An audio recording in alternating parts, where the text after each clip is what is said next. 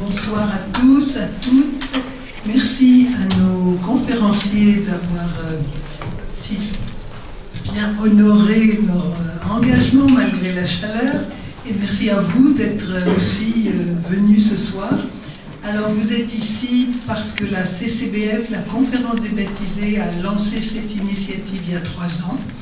Et beaucoup d'entre vous sont des familiers, donc je ne vais pas reprendre le fil de ces aventures, mais l'objectif, c'est que nous soyons, afin de travailler pour la paix, sensibilisés à la violence d'abord, parce que c'est la violence qui nous empêche d'être en paix. Alors on a travaillé pendant 1 an sur les violences psychiques, et c'était absolument passionnant. On a travaillé sur la jalousie, l'emprise, l'idéalisation avec une psychanalyste qui est très souvent avec nous, mais pas ce soir. Et tout le monde était vraiment captivé parce que ça nous concernait tous, bien entendu. Et après, on a un peu travaillé sur les mécanismes de violence collective, mais on n'a pas épuisé le sujet. Et cette année, on a choisi de travailler sur des grandes figures de paix, avec un petit écart vers l'actualité. Alors on a travaillé sur Martin Luther King, on a travaillé sur Abdul Khan, ami de Gandhi, spécialiste, adepte de la non-violence. Et puis la 3e personne, ça a été l'abbé Pierre. Voilà. Et puis on a eu une soirée sur la non-violence, en dialogue avec une femme rabbin dans une synagogue. Et puis une autre soirée animée par Nicole Jamel, justement, cette psychanalyse dont je vous parlais, sur les abus, en finir avec la culture de l'abus. Et elle a parlé des abuseurs, les abuseurs dont on parle rarement. Et voilà, c'était là aussi des éclairages très nouveaux. Donc cette année s'achève avec une soirée autour de l'émir Abdelkader, dont nous allons avoir l'occasion de mieux connaître, et les ateliers reprendront à l'automne, et si nous vous avons demandé vos coordonnées, c'est pour vous faire part de ce que nous ferons l'année prochaine. Donc voilà, je cède la parole à Agnès, et j'espère que nous passerons ensemble un bon moment. Merci Anne. Donc cette soirée est organisée comme la plupart des ateliers Cultiver la paix en partenariat avec Coexister. Gustave et Lucie vont vous dire 2 mots, et je voulais en profiter pour remercier Conscience Soufi de son soutien, et aussi le groupe d'amitié islamo-chrétienne, voilà, représenté par Antoine Poirier, ici présent. Alors, certains connaissent déjà un petit peu Coexister. Effectivement, on a fait plusieurs rencontres cette année. On était très heureux d'organiser cette conférence avec Cultiver la paix. Et donc Coexister, qu'est-ce que c'est? Coexister, c'est un mouvement de jeunesse. Donc, les responsabilités sont prises par des jeunes et d'éducation populaire qui travaillent sur le fait religieux.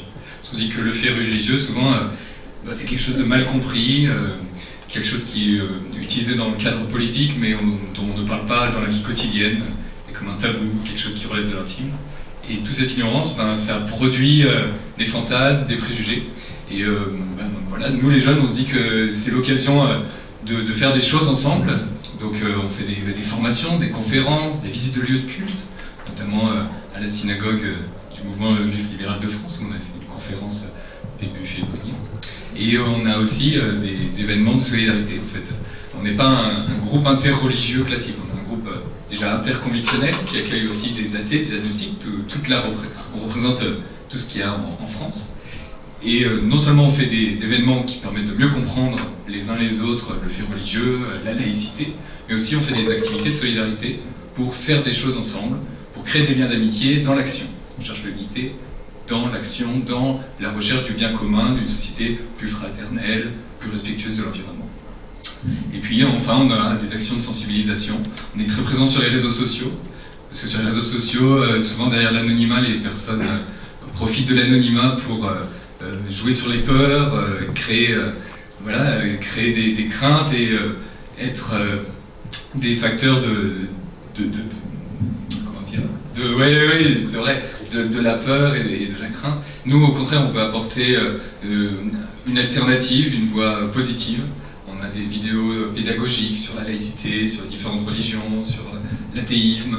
Et puis on fait des sensibilisations en milieu scolaire. Parce que c'est pas pareil d'être un prof qui parle à des élèves et être un autre jeune qui parle à d'autres jeunes. On a une posture différente. Quelque part, on est comme un grand frère. On les accompagne à déradicaliser, à sortir de stéréotypes, à sortir de clichés qu'ils ont. On a des ateliers divers. Et donc, merci pour cette conférence qui va, j'espère, vous intéresser. Et voilà, je vous laisse la parole. Merci. Merci Gustave, merci Lucille. Nous allons commencer la conférence parce que je crois que vous êtes impatients, il est chaud. J'abrège donc un peu ma présentation, mais je vais quand même présenter Fouzia, parce que c'est vous qui parlerez. Non, c'est Akram qui m'a commencé. Ah, voilà. L'improvisation. C'est Akram qui commence. Donc, Akram, merci d'abord d'être venu. Vous êtes plus ou moins en tournée actuellement pour la promotion de votre livre. Vous pourrez nous le proposer à la fin de la conférence. Vous collaborez activement à la revue Orient 21. Et vous avez aussi un blog que je vous encourage à suivre. Vous publiez toutes les semaines, je crois. Vous êtes donc journaliste et écrivain algérien. Vous êtes né en Algérie, vous avez quitté l'Algérie en 1995 pour vous installer en France. Et puis, vous avez collaboré avec différents journaux, en particulier avec Le Monde diplomatique. Voilà. Qui est encore un de vos supports privilégiés. Mais vous êtes toujours chroniqueur au quotidien d'Oran. Riche actualité journalistique et éditoriale. Vous allez nous parler de l'émir, bien sûr, mais plutôt sur le plan historique, politique et actuel, pour tenter de cerner cette figure dans le paysage à la fois historique et contemporain. Merci. Bonsoir à toutes et à tous. Je vous remercie pour votre invitation. Je crois que c'est très rare. C'est la première fois que j'aborde le sujet de l'émir. En Algérie, l'émir est une figure nationale. C'est une figure historique. C'est une figure politique. On verra tout à l'heure si c'est une figure religieuse ou en tout cas mystique, mais en tous les cas, il a une valeur de symbole et de symbole important. Je commencerai par citer un événement qui s'est déroulé en 1966, en juillet 1966. Les autorités algériennes organisent une grande cérémonie puisque les restes de l'émir, qui étaient enterrés jusque-là en Syrie, à Damas, non loin du mausolée du grand mystique Ibn Arabi, eh bien, ces restes sont transférés de Damas à Alger, et depuis cette date, l'émir Abdelkader repose en Algérie, au cimetière d'El Alia dans la périphérie d'Alger, le cimetière qui accueille aujourd'hui encore toutes les grandes figures nationales. Ce transfert n'est pas anodin. Il n'est pas anodin parce qu'on est en 1966. Pour ceux qui connaissent l'histoire de l'Algérie, il faut savoir qu'un an plus tôt, il y a eu un coup d'État, que le colonel Boumedienne dépose le président Ben Bella, qui était président de la République algérienne depuis l'indépendance, et que finalement ce transfert, cette cérémonie, où on voit le colonel Boumedienne porter le cercueil de l'émir, a valeur de légitimisation du nouveau régime algérien. Et c'est une manière pour les nouveaux maîtres de l'Algérie, ceux qui ont fait le coup d'État de juin 65, de créer un lien entre eux et l'émir Abdelkader. Alors pourquoi ils font le lien? Ils font le lien parce que en Algérie, l'émir Abdelkader est présenté de manière au moins double. Première chose, il est celui qui a résisté vaillamment et pendant longtemps à la colonisation, à l'attaque française et à l'installation militaire et coloniale française sur les terres algériennes. Il est donc celui qui a combattu, qui a infligé aux troupes françaises plusieurs défaites. Il est celui qui a réussi à se constituer une légende militaire assez importante, au point qu'au XIXe siècle, sa geste, la geste de l'émir Abdelkader, a inspiré de nombreux écrivains, poètes, y compris en Occident.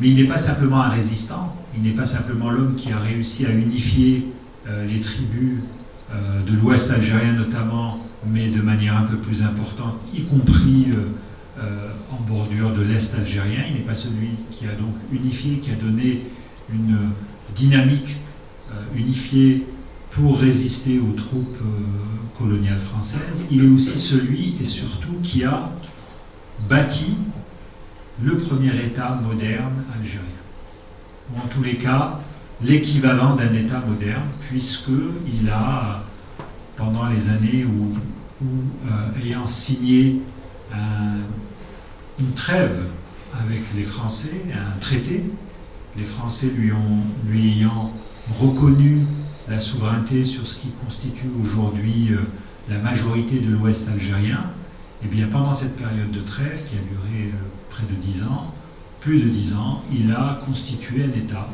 c'est-à-dire qu'il a frappé sa monnaie, il a administré des territoires, il a émis des décrets, il a émis des avis, à la fois religieux mais politiques, il a en gros administré, au sens moderne du terme, des terres qui jusque-là étaient dans un statut plutôt ambigu, puisque avant que les Français n'arrivent en 1830, je vous rappelle que l'Algérie était plus ou moins sous domination ottomane. Les Ottomans étaient installés dans les principales villes du pays et soumettaient les tribus de l'intérieur à l'impôt et à des liens d'allégeance, ce qui en réalité couvrait des situations assez disparates. Et l'émir, lui, a réussi donc à donner une assise territoriale, une assise administrative, une assise politique. Il s'est aussi illustré en faisant appel à des compétences, je dirais, étrangères, puisque dans son administration, dans ses aides, dans ses conseillers, il n'hésitait pas à recruter, y compris des Français, ce qui peut être mis en parallèle avec la manière dont on a pu gérer par la suite les États modernes à la fin du XIXe et au début du XXe siècle.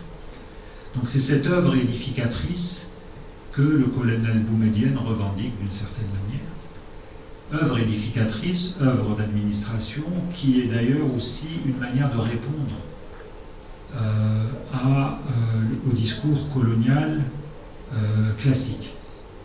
On a souvent dit, lorsqu'on regarde, si on soulève un peu, si on ouvre ce chapitre douloureux de l'histoire, l'Algérie, pour les partisans de la colonisation, pour les partisans de la présence française en Afrique du Nord, en tout cas en Algérie, qui, je le rappelle, contrairement au Maroc et à la Tunisie, fut annexée à la France. Ce n'était pas un protectorat, c'était un territoire français, c'était des départements français. Donc on a souvent entendu dire que, ma foi, la colonisation avait bénéficié d'un fait, d'une terre sans maître, d'une terre sans organisation, d'une terre sans peuple uni, et que donc la colonisation avait rempli un vide préexistant. Le discours nationaliste algérien, en affirmant que l'émir Abdelkader a été le concepteur du premier État algérien au sens moderne, est une réponse immédiate et directe au discours colonialiste. Et c'est pour cela que pendant toute la période nationaliste de la montée en puissance du nationalisme algérien, je parle du nationalisme radical algérien, la figure de l'émir Abdelkader est constamment invoquée, parce qu'il est une manière de dire aux Français, au colonialisme, cette terre ne vous appartient pas, vous ne pouvez pas prétendre qu'il n'y avait rien avant que vous n'arriviez, la preuve, vous avez trouvé quelqu'un qui vous a résisté, qui vous a battu à plusieurs reprises, qui a signé un traité avec vous, que vous avez reconnu comme interlocuteur d'égal à égal, et qui est donc cet émir que nous revendiquons. Et d'ailleurs, l'une des premières mesures qui intervient juste après l'indépendance algérienne est d'émettre un timbre, philatélie, qui est une symbolique qui a quasiment disparu aujourd'hui, mais qui dans les années 60, rappelons-nous, c'était quelque chose d'important, ça avait valeur de symbole très important. L'un des premiers timbres de l'Algérie indépendante est dédié à la figure de l'émir Abdelkader, pour bien rappeler qu'il fut un Algérien ayant combattu le colonialisme.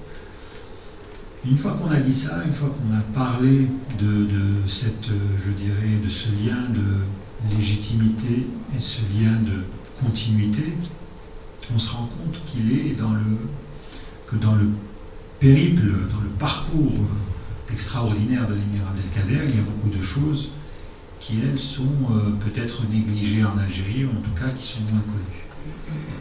Toute la partie de son séjour en France, séjour forcé, même si il a eu énormément de contacts. Je rappelle que lorsqu'il décide de se rendre, parce qu'il est abandonné par nombre de ses alliés, notamment les tribus, la royauté marocaine, il obtient des Français le droit d'aller s'exiler en Orient. Et finalement, il est d'abord installé en France, de force. Et il est notamment au château d'Amboise.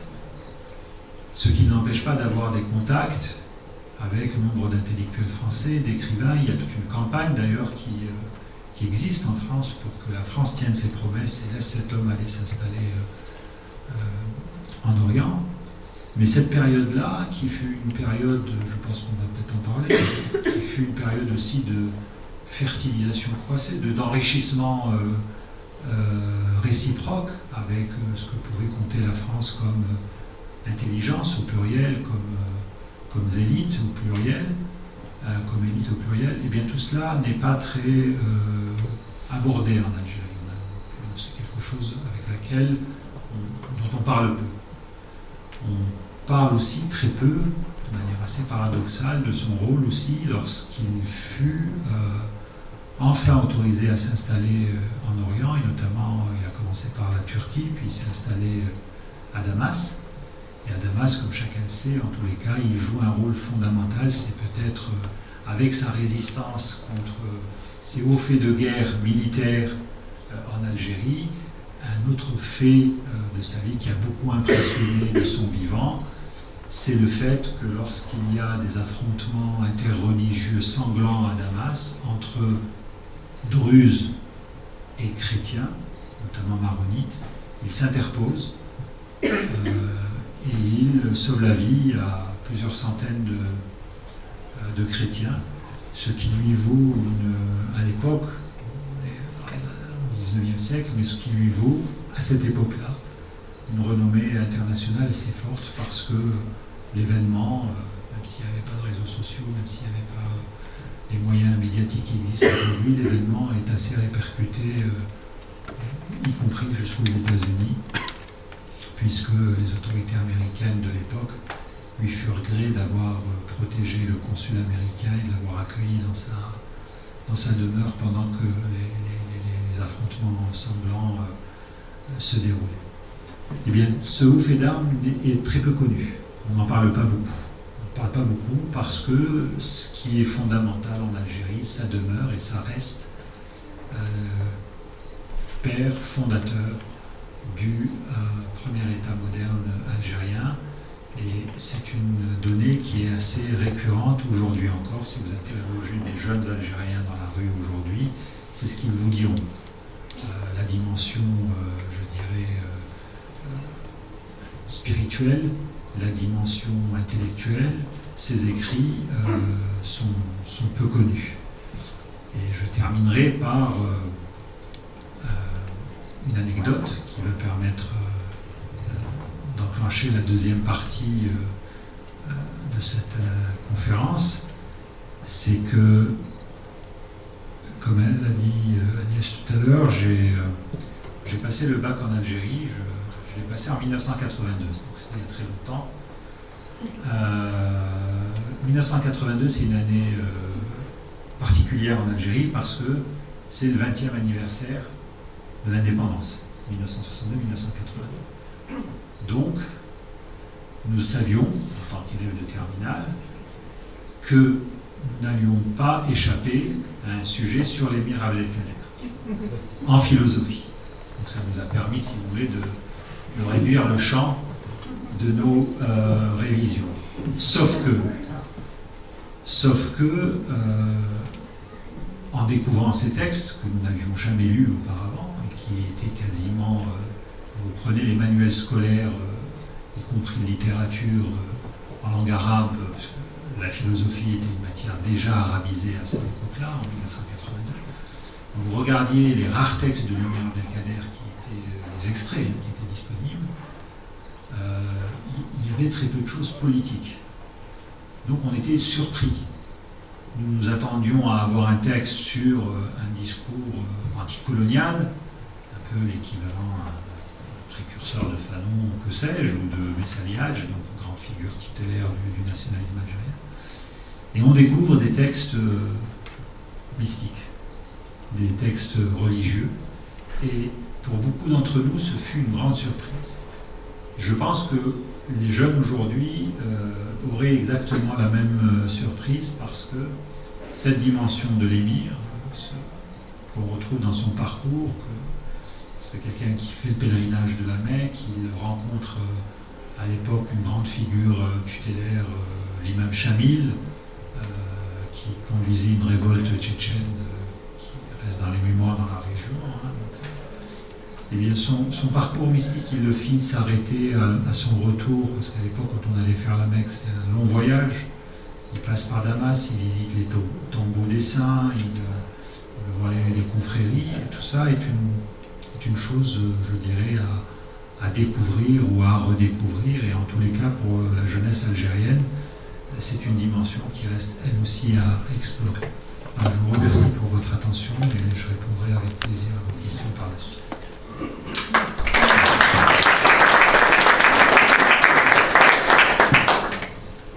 Merci beaucoup pour ce retour historique, cet effort de mémoire et puis cette jolie anecdote qui est une belle invitation à la suite. Fouzia, vous êtes diplômée de l'Institut d'études politiques d'Alger et vous êtes spécialisée en histoire moderne et en sciences des religions. Vous êtes aussi professeur, et peut-être même surtout professeur, ce qui ne nous empêche pas de publier régulièrement. Vous avez écrit en particulier un roman qui s'appelle La femme de l'émir, et je crois que votre dernier livre est consacré au Coran, vu par les femmes, ou lu par les femmes. Ça nous plaît bien à la conférence. D'ailleurs, voilà, vos livres sont disponibles sur la table de l'entrée.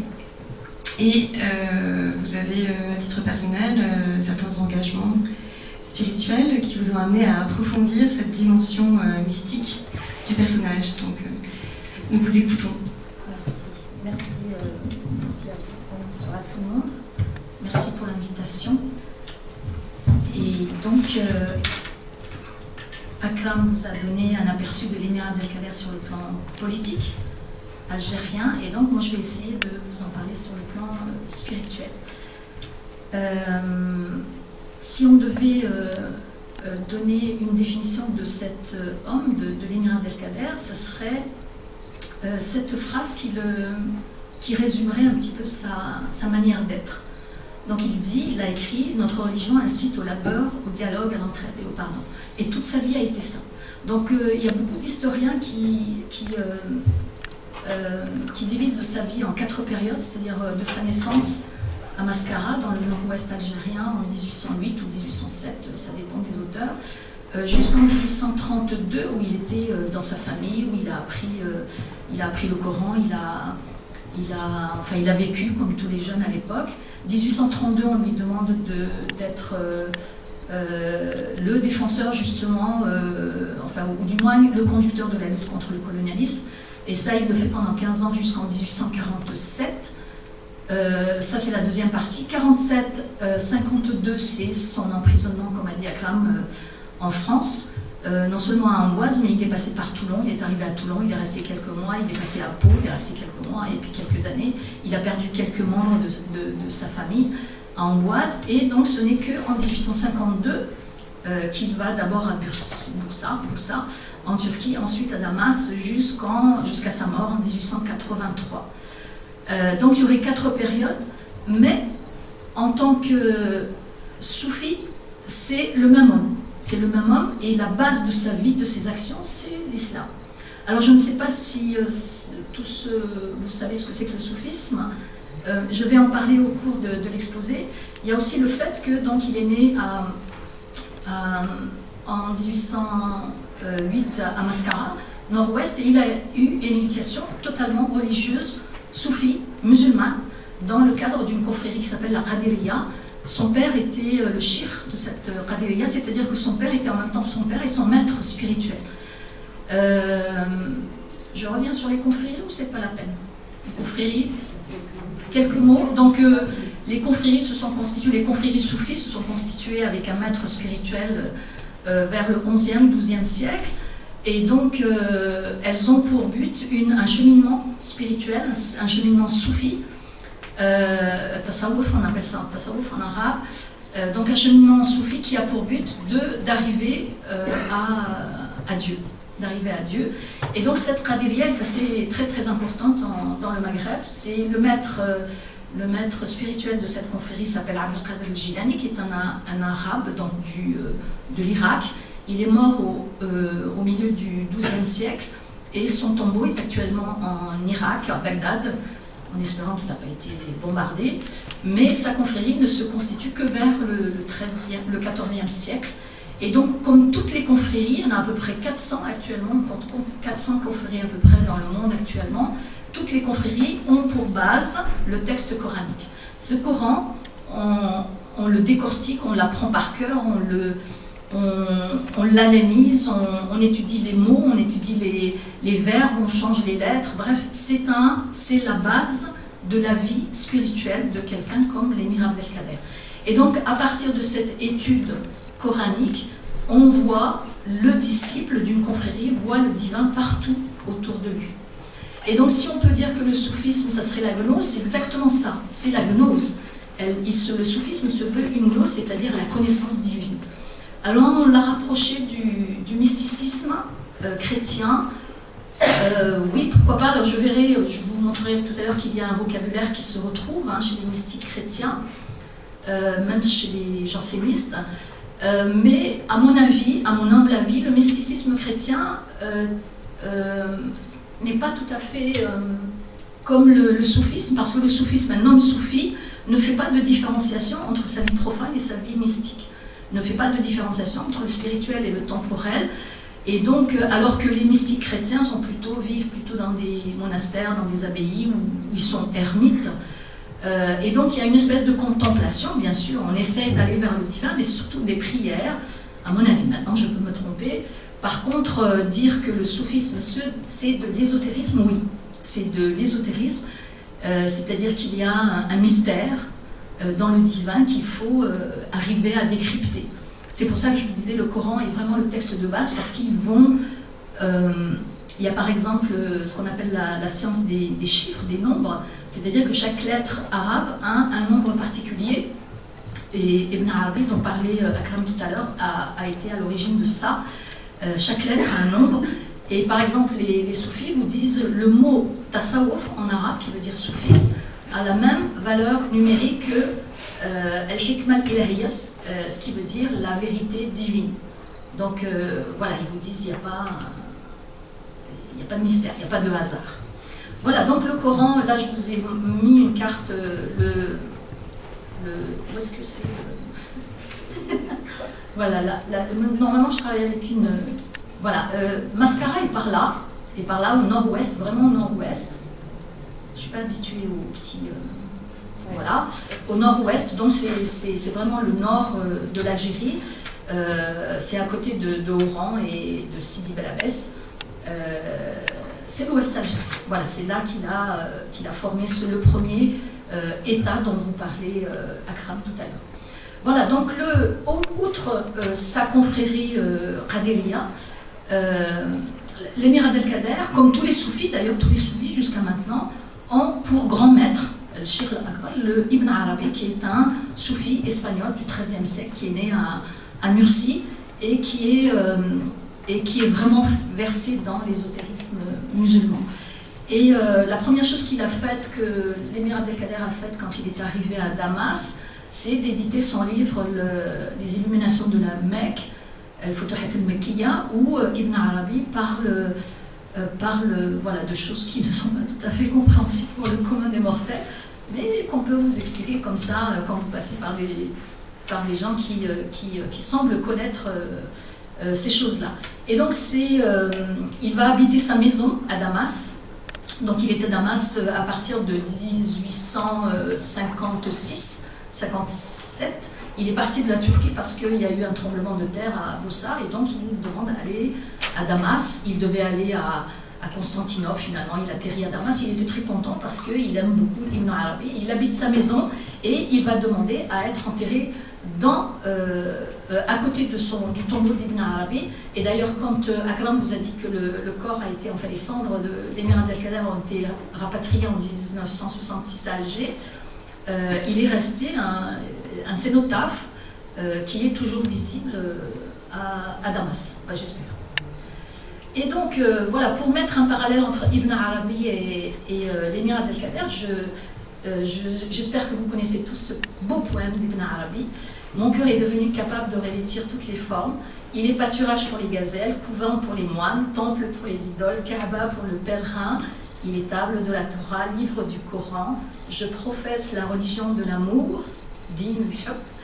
Quel que soit le lieu vers lequel se dirigent ces caravanes, l'amour est ma religion et ma foi, al-hubbu dini wa imani, qu'on retrouve exactement, pratiquement pareil, avec le poème de l'émir, qui est un peu plus long, que j'ai raccourci un petit peu.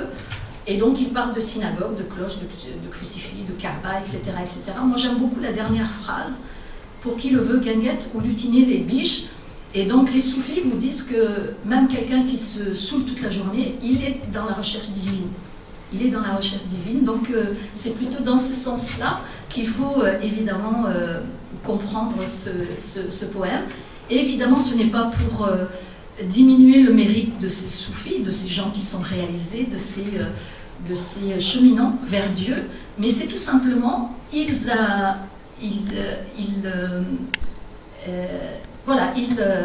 mettent en pratique le Coran. Et le Coran, dans le Maïda, qui est le chapitre 5, en verset 69, en vérité, ceux qui ont cru, l'Adina Amano, ainsi que les Juifs, les Sabéens, Sabéoun, et les chrétiens, les Nazaréens, vous savez que les chrétiens sont appelés Nazaréens dans le Coran, ceux qui ont cru en Dieu, au jugement dernier, qui ont fait du bien, qui ont fait le bien, seront préservés de toute crainte et ne seront point affligés. Donc c'est pour dire qu'il y a encore l'application du Coran, c'est toute l'application du Coran et ce n'est que l'application du Coran. C'est les musulmans soufis qui se veulent être dans une confrérie, c'est comme ça que ça fonctionne. Et donc toute leur tolérance vis-à-vis des autres religions, ils le disent ici, tout le monde contemple Dieu, même celui qui se dit athée, mais peut le voir tout simplement. S'il ne le voit pas, c'est que voilà, ils se disent athées. Alors les soufis font une espèce de différence entre vision et contemplation. Pour aller très simple, la vision c'est quelqu'un qui frappe à la porte mais vous ne savez pas qui c'est. Et la contemplation, et c'est la même personne, enfin la personne qui frappe à la porte, mais vous savez qui c'est. Voilà, on explique ça un petit peu de cette manière-là. Et donc, aussi bien l'émir Abdelkader que Ibn Arabi au XIIIe siècle disent que la diversité des réalités, avec un R minuscule, et des croyances, c'est tout simplement le reflet de la diversité des noms divins. Et vous savez qu'en islam, Dieu a 99 noms. Et donc, voilà, la réalité telle qu'on la voit, nous, en tant que créatures, c'est la théophanie, c'est la manifestation divine. Et donc, non seulement il est dans la confrérie Qadiriya, non seulement il est affilié à Ibn Arabi, il fait des rencontres aussi à la Mecque en 1863, c'est son 2e ou 3e pèlerinage à la Mecque. Comme a dit Akram, il reste pratiquement 1 an, 2 ans. Il loue des maisons à côté de la mosquée du prophète à Médine, et il reste 1 mois, 2 mois, 3 mois en khalwa, c'est-à-dire en retraite spirituelle dans ces lieux. Il a été aussi en khalwa, en retraite spirituelle dans la grotte de Hira, où le prophète de l'islam a eu ses premières révélations. Et donc il a rencontré Mohammed al-Fassi Darqawi, qui est un soufi du 19e siècle, mais il a rencontré son successeur. Il a rencontré en 1863 son successeur, et donc Darqawi, toutes les confréries pratiquement sont reliées à cette Darqawiya, qui est très connue au Maghreb. Et il a rencontré aussi Mohammed al-Fassi Chadili. Chadili, lui, par contre, date du XIIIe siècle, marocain, et donc il rencontre son successeur. Par contre, il dit que ces gens-là, il les voit en rêve. C'est-à-dire que quand il a une question à poser à Dieu, il dit « Dieu me ravit à moi-même ». C'est-à-dire soit il est inconscient, soit il dort, et donc il a des réponses dans sa tête. Ou alors il rencontre, il rêve de ces personnes-là. C'est comme ça qu'il a rêvé de Darqawi, qui était mort en 1823, et il ne rencontre que son successeur. Il a rencontré aussi Mohammed al-Khani, qui est chef de la Naqshbandiya. C'est son fils, c'est le fils de Mohammed al-Khani qui a écrit l'épitaphe sur le tombeau de l'émir Abdelkader à Damas. Et Mohammed al-Khani a été un de ses disciples à Damas. Donc c'est lui qui a écrit par exemple quelques-uns des chapitres sur le livre des Haltes, qui est le dernier écrit de l'émir Abdelkader. Alors il y a des auteurs qui vous disent « moi je ne le sais pas ». Moi franchement personnellement je ne le sais pas, je n'ai pas lu quelque chose d'écrit par l'émir Abdelkader pour dire qu'il était à la Qadiriya, qu'il était à la Darqawiya, qu'il était à la Chadiliya. Mais des gens de la Naqshbandiya, il y en a à Paris, hein, il y en a ici, il y a la Chadiliya, il y a la Darqawiya, ils vous disent l'émir Abdelkader a pris le rattachement avec les shuyukh, les maîtres spirituels de ses confrères. Pourquoi pas? Pourquoi pas? En tout cas, ça prouve l'ouverture d'esprit de cet homme. Vous savez aussi qu'il y a eu beaucoup de questions qui ont été posées sur son affiliation à la franc-maçonnerie. Là aussi, je n'ai pas trouvé de réponse définitive. Quelqu'un qui a dit que c'était sûr, c'est Bruno Etienne, qui a écrit un livre sur l'affiliation de l'émir Abdelkader à la franc-maçonnerie. Moi, je sens que c'est quelqu'un qui est tellement ouvert que ça n'empêche pas de parler. Il a beaucoup parlé, il s'est beaucoup rapproché de Ferdinand de Lesseps, qui était franc-maçon et qui a été l'ingénieur du canal de Suez, donc pourquoi pas? Pourquoi pas? Donc évidemment, les soufis et toutes les confréries soufis se basent sur une seule et unique chose, sur l'unicité divine. Wahadat al-Wujud, comme l'a dit le premier qui a parlé de l'unicité divine, c'est Ibn Arabi. Et donc, à travers le lien avec le shir, c'est-à-dire le maître spirituel d'une confrérie, on se dépouille de son ego, de son nefs. Et se dépouiller de son ego, de son nefs, c'est une marque d'humilité. Et il faut absolument avoir cette marque d'humilité pour cheminer vers Dieu. Les soufis vous le diront, ce n'est pas possible de faire autrement. Et c'est pour ça que si on peut donner une autre définition du soufisme, ça serait une voie qui rapproche l'être, donc E minuscule, nous, l'être humain, de l'être avec un E majuscule, l'être divin. Et donc il y a cette histoire du comment, si vous permettez que je raconte une petite histoire. Il y a beaucoup d'histoires comme ça sur les soufis, mais vous pouvez faire les échanges avec un mystique chrétien ou avec un juif, ça marche aussi. Et donc cette histoire du comment, c'est un soufi qui marche dans la rue un matin et quelqu'un le rencontre et lui dit « Comment vas-tu ce matin ?» Et ce soufi, donc, qui est complètement dans la voie de Dieu, lui dit « Le comment, c'est un attribut de Dieu et moi je n'ai pas d'attribut parce que je ne suis pas Dieu. et je n'ai ni matin ni soir. Donc on est complètement dans la disparition de l'ego. On n'existe plus en tant que tel. Et les deux phrases qui suivent, ce sont celles de Ibn Arabi. N'eût été lui, c'est-à-dire Dieu, n'eût été nous, la création, ce qui est ne serait pas. C'est-à-dire qu'il y a un lien subtil, spirituel, fondamental entre la divinité et sa création. Deuxième phrase, chacun d'eux est dans le besoin. Le créateur est dans le besoin de voir sa création. Et il y a une phrase dans la tradition islamique qui dit Dieu aurait dit j'étais un trésor caché et j'ai voulu me manifester. Donc chacun d'eux est dans le besoin, l'être humain est dans le besoin de se relier à ce lien divin, à ce lien spirituel, et aucun d'eux ne se passe de l'autre. Et évidemment, il se base sur un hadith qui est un dit prophétique, un dit du prophète Mohammed, qui estime que en arabe on dit Man arafa nafsahu arafa rabbahu, celui qui se connaît son Seigneur. On peut aussi l'intervertir. Mais en fait, c'est plutôt dans le hadith, c'est plutôt qui se connaît, Min arafa nafsahu, qui se connaît son Seigneur. Et donc évidemment, il y a ce lien subtil entre Dieu et la création. On dit dans le soufisme, on dit que dans la prééternité, on avait déjà ce lien et que c'est quand Adam a désobéi que ce lien a été perdu.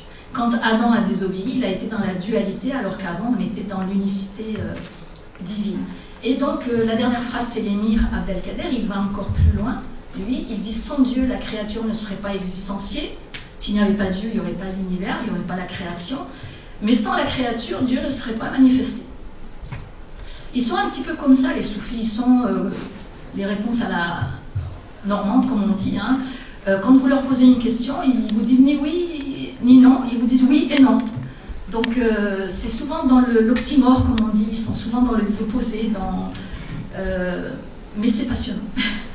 Voilà. Alors pour la suite, évidemment, quand on est dans le chemin d'une confrérie, l'ego, non seulement il doit être apprivoisé, mais aussi le fana, on doit arriver au fana, c'est-à-dire l'extinction de l'ego. Il y en a qui vous disent ce n'est pas l'extinction, ce n'est pas la disparition de l'ego, c'est plutôt apprivoiser l'ego. Apprivoiser, c'est pour ça qu'on utilise dans les traductions de l'émir Abdelkader, on utilise le mot occultation, c'est-à-dire quelque chose qui couvre, évidemment c'est le divin qui couvre l'ego. Et donc on reprend toujours ces hadiths, ces paroles prophétiques pour dire il faut mourir, l'ego doit mourir avant de mourir par le corps bien sûr. Et donc l'émir Abdelkader vous dit la preuve, c'est que quand on est occulté par le divin, on est au paradis. Et donc il joue sur les mots, comme je vous avais dit, il joue beaucoup sur les mots. Djinn, c'est le monde subtil. C'est des êtres qu'on ne voit pas, qu'on ne connaît pas. Ce n'est pas des êtres mauvais, il y a des djinns qui sont sympas, il y a des djinns qui le sont moins. Jannah, c'est le paradis, et Jannah, c'est ce qui recouvre, comme une armure qui protège. Donc il joue beaucoup sur les mots et sur les voyelles pour donner la signification d'un mot, évidemment, coranique. Et toujours une petite histoire, si vous voulez bien, dans cette fana, dans cette extinction, dans cette occultation de soi, Bastami, Abou Yazid Bastami, qui est un soufi de 9e siècle, je crois, il a demandé à Dieu, mon Seigneur, entre toi et moi, pourquoi il y a le toi et pourquoi il y a le moi. Donc il y a une espèce on réfute le toi et le moi, on veut l'unicité divine, bien sûr. Et voilà, c'est ça que je voulais vous dire tout à l'heure en parlant d'un vocabulaire qui se retrouve chez les mystiques chrétiens. Pascal, donc que vous connaissez tous bien sûr, qui était un janséniste du XVIIe siècle, il a parlé de s'anéantir devant l'universel. Et donc s'anéantir, c'est bien le fana. Dans cette unicité divine, on ne voit plus ce qui s'oppose. On parle de paires des opposés, c'est-à-dire des choses, on a l'impression que c'est opposé, mais ça va ensemble, ça ne vit pas, c'est comme une médaille qui a son revers. Et donc on ne peut pas dissocier ces opposés. Et donc, si on a la paire des opposés, On n'est pas dans la dualité, on est dans l'unicité, et donc on n'a plus la dissociation jour-nuit, femme-homme, bien-mal, et temporel-spirituel, évidemment. C'est pour ça que la vie de l'émir Abdelkader, c'est pas du tout, à mon avis, temporel. C'est ces actions temporelles qui ont été sacralisées par sa vie spirituelle. Tout s'explique par sa vie spirituelle. Et donc sa victoire et sa défaite, donc, comme vous l'a dit Akram, en 1847, il se rend pas, il arrête le combat. Et pourquoi il arrête le combat? Tout simplement parce que Dieu lui a parlé. Il l'a commencé en 1832 sur injonction divine, il l'a arrêté en 1847 sur injonction divine. C'est lui qui le dit, c'est pas nous qui interprétons, c'est lui qui le dit. Il ne s'est pas rendu. Et donc la victoire ou la défaite, ça n'a aucune espèce d'importance. Il a eu des victoires contre Bugeaud, contre les généraux français, mais il a arrêté à un moment donné parce qu'il a senti que Dieu lui a demandé d'arrêter. Et donc vous savez aussi que sa Zmala a été défaite, a été prise par le duc d'Aumale en 1843. Sa Zmala, c'était cette ville ronde mais itinérante, et donc elle a été prise en 1843. Et donc il est resté de 43 à 47 en train de se demander qu'est-ce que je fais. Et il passait évidemment ses nuits à demander l'ordre divin, à solliciter l'ordre divin. Il a fallu attendre 1847 pour qu'il arrête le combat, et on a cette image absolument fabuleuse que ça a été fait évidemment en tableau. Non seulement il donne son sabre au duc d'Aumale, mais il lui donne son cheval. Qu'il donne son sabre, à la limite on le comprend, mais qu'il donne son cheval. Il était fou amoureux des chevaux, il a écrit des poèmes sur les chevaux, il a aidé le général Domas à écrire ses livres sur les chevaux, et donc il donne un magnifique cheval anglo-arabe au duc d'Aumale, et ça c'est un geste typiquement soufi. Il se dépouille de ce qu'il aime le plus, il se dépouille. D'ailleurs on raconte qu'il aimait beaucoup le café, et quand il sentait qu'il était un petit peu addict au café, il faut m'arrêter Agnès si je déborde, et comme il était beaucoup... Ah oui comme il était beaucoup addict au café, donc il s'obligeait à ne pas boire de café pendant 3-4 jours, une semaine, pour se forcer à cette distanciation entre ce qu'il aimait et ce que Dieu lui demande de faire. Donc entre victoire et défaite, il n'y a aucune espèce d'opposition, je dirais. Et donc il faut aimer et adorer le Seigneur tout en étant indifférent au salut. Cette idée d'être indifférent au salut, ça a été repris par Rabia al-Adawiya. Certains d'entre vous connaissent le nom de cette femme qui est une femme soufie du 8e siècle. Elle a connu Hassan Basri à Basra, justement en Irak. Et on raconte cette histoire sur Rabia al-Adawiya qui se baladait avec un seau d'eau et oui, Agnès, une torche, voilà. Tout le monde la connaît, même Agnès.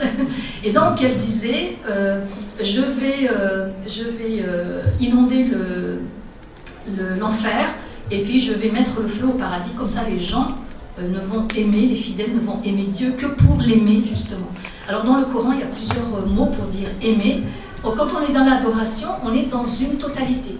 Parce que Dieu est non seulement amour, il est aimé, mais il nous aime aussi. Donc c'est l'amant aussi. Donc c'est une totalité qui est plus forte que le verbe aimer. Et donc il faut adorer Dieu même quand on a des épreuves. Il y a beaucoup de gens, beaucoup d'historiens qui ont dit pendant son emprisonnement entre 1847 et 1852, l'émir Abdelkader a été vraiment, il a touché le fond comme on dit. On a même écrit qu'il avait eu des idées de suicide. Moi je pense qu'il a été surtout touché par le fait qu'il a entraîné quand même une centaine de personnes avec lui. À Amboise, il y a eu plusieurs décès, mais il est resté quand même comme on dit en arabe, c'est-à-dire qu'il a tenu au divin. Et c'est pour ça que Domas, ce même général dont je vous parlais tout à l'heure, quand il écrit sur l'émir Abdelkader, il dit il est plus grand dans l'adversité. Il est plus grand dans l'adversité, et l'émir Abdelkader dit il faut prier Dieu, il faut même surtout prier Dieu à partir des possibilités qui sont offertes et non pas à partir des manques. Bien sûr, il ne faut pas se plaindre à Dieu, il faut dire merci pour ce qu'il nous a donné. Et c'est pour ça que quand Sazmala a été capturé en 1843, les Français ont détruit ses manuscrits. Il avait des manuscrits très très très très rares, et ils ont tout détruit, ses livres, ses manuscrits. Et lui, ce qu'il a dit, je serai un peu plus léger maintenant. Et quand il est parti en exil en France, il a dit, ça me permettra de prier et de me rapprocher de Dieu. Et d'ailleurs, le bien qui a été tiré de ce mal, si vous voulez, c'est le fait que l'émir Abdelkader, c'est-à-dire qu'à l'époque, on avait très peu de... On n'avait pratiquement pas de soufis en France. Là, maintenant, il y en a quelques-uns. Mais à l'époque, voir un maître spirituel débarquer en France, c'était quand même le miracle de l'exil, si je puis dire. Et il dit, ce que Dieu a choisi pour nous et ce qu'il y a de meilleur. J'ai un petit peu commenté dans une autre de mes interventions au GAIC, notamment, parce qu'on m'a accusé de dire que l'émir Abdelkader a accepté, ou du moins, il a fini par accepter la colonisation de l'Algérie par les Français. Or, ce que je dis, moi, j'espère qu'il n'a pas accepté, bien sûr que non, puisqu'il a combattu à partir de 1832. Seulement, le décret divin a fait que les Français ont gagné cette bataille. Et donc, c'était leur tour. Et donc, a choisi pour nous ce qu'il y a de meilleur. Peut-être qu'il fallait passer par là pour voir autre chose. Voilà, je ne sais pas. Et donc, si on peut résumer aussi le soufisme, commencer par l'islam, c'est-à-dire le dogme, la loi, passer par la foi, les imams, la foi qui nous explique à quoi sert le dogme, et puis finir par la perfection spirituelle, c'est-à-dire l'insan al-kamil, l'homme parfait, l'insan, l'être humain parfait, à travers ses actions, à travers sa politique, à travers son boulot, à travers donc travailler l'horizontal, comme on dit dans le soufisme. Et donc il a vécu pratiquement qu'avec les valeurs de l'islam. Et donc cette réalité, il l'a appliquée sur celle du prophète Mohammed, pas en tant qu'être humain, mais en tant que saint et prophète. C'est pour ça qu'il a eu à peu près le même nombre de femmes que le prophète Mohammed. Et ils ont contracté ces mariages dans le même contexte politico-social, je dirais, c'est-à-dire la guerre. Le prophète Mohammed devait contracter des mariages pour s'allier des tribus. L'émir Abdelkader a fait exactement la même chose. Donc il devait s'allier les tribus, il devait s'allier des gens pour les convaincre de combattre le colonialisme. Et donc il a épousé plusieurs femmes. Il a fait des pèlerinages, évidemment, il a été à Jérusalem, évidemment plusieurs fois à la Mecque, plusieurs fois à Damas, plusieurs fois à Médine, bien sûr. Et sur le statut des prisonniers, il a été absolument...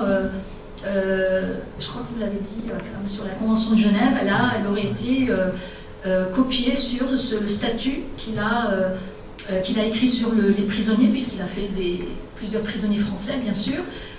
Certains, quand il est parti à Amboise, ils sont venus le voir à Amboise. Et donc ce statut, il l'a écrit, c'est un texte, hein, c'est un traité qui est à l'écrit. Et donc il a traité ces prisonniers comme des êtres humains. Il faut absolument, et là aussi, c'est la réalité mohammedienne, c'est-à-dire que quand Mohammed faisait des prisonniers de la tribu des Quraysh, il ne fallait surtout pas les mettre en cause leur dignité humaine, mais les traiter comme de véritables êtres humains, parce que ce sont des créatures de Dieu. Et lui, il en a fait quelque chose de vraiment très, très important dans sa vie. Évidemment, il a fait des pourparlers, comme Akram l'a dit, avec ses ennemis, entre guillemets, tout simplement, alors qu'il savait très bien que Bugeaud, par exemple, Bugeaud, qui lui a rendu hommage à la fin. D'ailleurs, l'émir Abdelkader a écrit une lettre de condoléances quand Bugeaud est mort de la peste, je crois. Et donc, Bugeaud a été à l'origine de ce qu'on appelle la politique de la terre brûlée. Puisqu'il s'est rendu compte, il a écrit d'ailleurs, il s'est rendu compte que l'émir Abdelkader était insaisissable. Il a dit, bon, puisqu'il est insaisissable, on va non seulement affamer les tribus, mais on va brûler les villages. Et donc il l'a fait. Mais à la fin, je ne sais pas s'il a demandé pardon, je ne sais pas. Et donc ces chrétiens maronites qui ont été sauvés en 1860 par l'émir Abdelkader à Damas, c'est tout simplement l'application du Coran en le chapitre 5.32 où il est écrit que sauver un seul être humain, c'est comme si on sauvait l'humanité entière. Et donc il le dit quand et bien sûr, c'est après 1860 qu'il reçoit que la confrérie, pas la confrérie, pardon, les francs-maçons, c'est aussi une confrérie, les francs-maçons l'approchent, lui demandent, il lui pose des questions, etc., qu'il a la Légion d'honneur, et il dit, moi je ne l'ai pas fait pour avoir ces félicitations, je l'ai fait parce que ma religion m'oblige à le faire. Donc c'est vraiment l'application de son islam. Et évidemment, le rapprochement entre l'Orient et l'Occident, ça c'était son dada, comme on dit. Hein. Il rêvait d'une fraternité humaine entre Orient et Occident parce qu'il savait que l'Orient c'était la spiritualité, l'Occident c'était le matérialisme, et il estimait qu'une jonction entre les deux, ça serait pas mal. Et donc le symbole de ce rapprochement, ça a été le canal de Suez. Il a beaucoup lutté pour que ce canal soit ouvert, donc il s'est approché, il a eu une grande amitié avec Ferdinand de Lesseps, et on dit que l'émirat Abdelkader a été à l'origine du dialogue islamo-chrétien. Je continue ou j'arrête? Ah ben voilà, je suis à la fin. Je suis à la fin. Et donc son livre vraiment le plus lu, moi j'en ai fait mon livre de chevet, ça s'appelle le livre des Altin Kitab al-Mu'arrif, qui est un commentaire coranique. C'est-à-dire qu'il remonte, quand il cherche la signification d'un mot, il remonte à l'origine de ce mot, parce que vous savez que la langue arabe est une langue sémitique, donc elle a plusieurs significations, et il a fait précéder ses commentaires coraniques de poèmes introductifs, dont je vous montrerai un tout à l'heure, et donc il a ce livre-là, le livre des Alt, à une dimension didactique, tout simplement parce qu'il voulait transmettre une expérience mystique. Ce n'est pas lui qui l'a écrit, c'est ses étudiants à Damas, avec son autorisation bien sûr. Les haltes, ce sont des stations, c'est-à-dire quand on est dans le cheminement spirituel, on a des haltes. C'est pas des degrés, moi je refuse le mot degré, René Guénon utilise le mot degré, c'est plutôt des haltes. À un moment donné on s'arrête, on se dit voilà, où est-ce que j'en suis de mon cheminement spirituel. Nefari, je vous parle de Nefari parce qu'il a écrit c'est même pas un poème, c'est des fulgurances au Xe siècle, qui est plutôt un monologue, ça s'appelle aussi Kitab al-Mu'arrif, et chaque vers de ce monologue commence par Qalali, c'est-à-dire que Dieu l'a arrêté à un moment donné de ses actes justement et il lui a dit. Donc c'est un monologue divin, et évidemment il y a le problème des traductions, hein, comme vous le savez bien sûr. Et voilà son poème Hallajien, le poème de l'émir Abdelkader, que j'appelle Hallajien parce que Hallaj, vous savez que c'est un soufi du 9e siècle qui a été tué à Bagdad. On dit qu'il a été crucifié. Massignon a fait sa thèse sur ça. Et pourquoi il aurait été crucifié? Parce qu'il a dit « je suis la vérité ». Et les soufis disent que quand on dit ça, quand quelqu'un dit ça, c'est parce que c'est un signe d'humilité. On disparaît dans l'unicité divine, donc on n'existe plus, donc je suis la vérité. Pourquoi pas? Voilà, je suis Dieu, je suis créature, je suis Seigneur, je suis serviteur, je suis le trône, je suis la natte. C'est très beau, on est toujours dans la paire des opposés. Je suis l'enfer, je suis l'éternité bienheureuse, je suis l'eau, je suis le feu, l'air, la terre, le combien, le comment, la présence, l'absence, l'essence, l'attribut, la proximité, l'éloignement. On est toujours dans cette paire des opposés. Tout être est mon être, je suis le seul, je suis l'unique. Et ça, c'est un des plus beaux poèmes que je connais. Je voulais juste vous donner une... C'est bien ça. Il est beau. Juste un petit truc en arabe. Ah. Je peux? Oui, c'est encore mieux. Attendez, il faut que... Comment je fais là? Voilà. Et je cherche... Voilà. Ici, voilà. Regardez, ana en arabe, c'est pas je. C'est le moi. Parce qu'en arabe, quand on conjugue un verbe, le je est inclus dans la conjugaison, c'est un petit peu comme en latin. Et il ne dit pas je suis Dieu. C'est Chotkevich qui a traduit. Ana al-haq, ana haq. Haq, c'est le mot pour dire, évidemment c'est un nom divin, c'est le mot pour dire réalité et vérité. Ana haq. Et ana khalq. Donc il s'amuse entre haq et khalq. Voilà, il s'amuse sur les mots. Évidemment, haq, c'est la vérité avec un V majuscule, et khalq, je suis la créature. Où est-ce que c'est parti? Je ne sais pas. Tout ça, hein? Voilà, c'est revenu. Khalq, tout simplement pour dire, donc vous avez un point sur la même lettre, donc on ne la prononce pas pareil. Le qaf qui est pareil à la fin. Et puis dans khat, c'est la créature, on est dans la dualité parce que le lam sépare le kha et le qaf. On est dans la dualité alors qu'il faut être dans l'unicité divine. Deuxième vers, on est ana Rabb. Il ne dit pas ana Allah. Il dit ana Rabb, c'est-à-dire celui qui enseigne. Merci beaucoup. Merci beaucoup.